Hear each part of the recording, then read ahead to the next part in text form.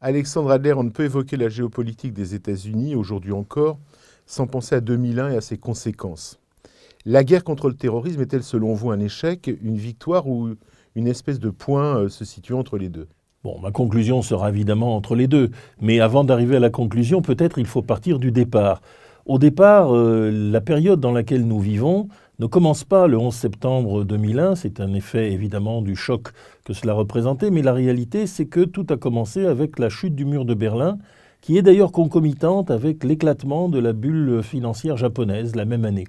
Alors auparavant, les États-Unis avaient quand même deux rivaux importants, un rival économique, le Japon, dont ils s'inquiétaient beaucoup, et puis un rival en plein affaiblissement, mais qui avait encore un certain poids géopolitique, l'Union soviétique. À partir de 1989, c'est fini. Les États-Unis font la course en tête, et donc ils se retrouvent avec la responsabilité de gérer toutes les affaires mondiales. Ils le font plus ou moins bien, mais ils le font de façon débonnaire avec Clinton et avec de vrais succès, notamment la fin de la guerre en Yougoslavie. Et puis le 11 septembre 2001, c'est un réveil totalement imprévu, puisque on voit que le radicalisme islamique est un radicalisme qui au départ n'a pas des effectifs très nombreux, est capable de leur infliger un coup symbolique sans précédent.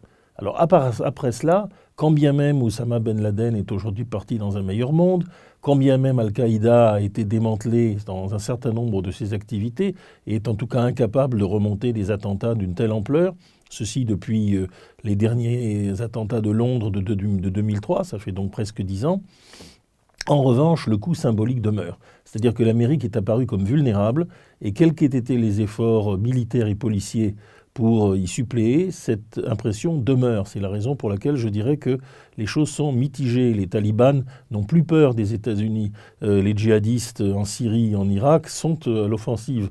Ceci ne signifie pas qu'ils vont gagner. Mais ceci signifie que la capacité de dissuasion du gendarme américain est durablement émoussée. Ensuite, eh bien, c'est peut-être le point le plus important, c'est que le consensus de l'opinion publique américaine s'est émoussé considérablement. C'est-à-dire qu'il y avait en fait une Amérique unanime au lendemain des attentats de New York et de Washington. Depuis lors, eh bien, l'opinion américaine s'est divisée, peut-être pas aussi gravement que pendant la guerre du Vietnam, mais d'une certaine façon, elle continue à être extrêmement réticente sur les interventions militaires à l'extérieur. D'autres, au contraire, se sont crispés dans un rejet de tout ce qu'ils considèrent comme le monde moderne. Ceci rend plus difficile l'exercice d'une politique extérieure consensuelle, quand bien même il y a eu des succès militaires partiels. Ces succès militaires partiels ont ensuite un coût financier insupportable.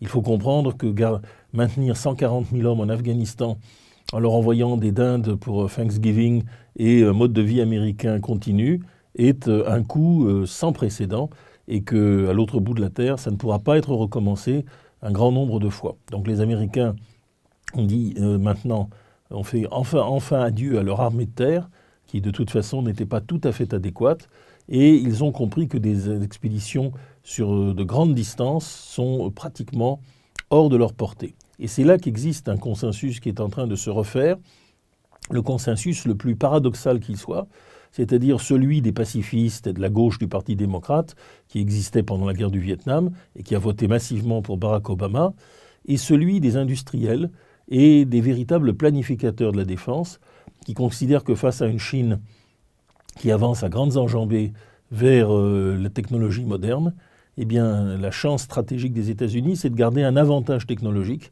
et que donc tout l'argent qui a été mis dans l'infanterie, dans la lutte antiterroriste, est un argent mal employé. Alors tout ceci, avec les difficultés budgétaires qui sont durables, font qu'en effet, les États-Unis sortent en effet affaiblis de cette guerre antiterroriste, même si, c'est pour cela que j'en arrive à la conclusion, ils ont quand même remporté un certain nombre de succès. Les régimes qui se sont opposés à eux ont été battus. Les talibans n'ont pas encore gagné en Afghanistan. Oussama Ben Laden est mort. Et plus encore, le réseau Al-Qaïda est démantelé d'une manière probablement définitive. Donc ce ne sont pas là des objectifs dérisoires. On peut dire que les États-Unis ne sortent pas aussi affaiblis de la guerre antiterroriste qu'ils sont sortis affaiblis de la guerre au Vietnam. Mais malgré tout, les coups ont porté Et la mutation de la politique étrangère américaine me semble irréversible.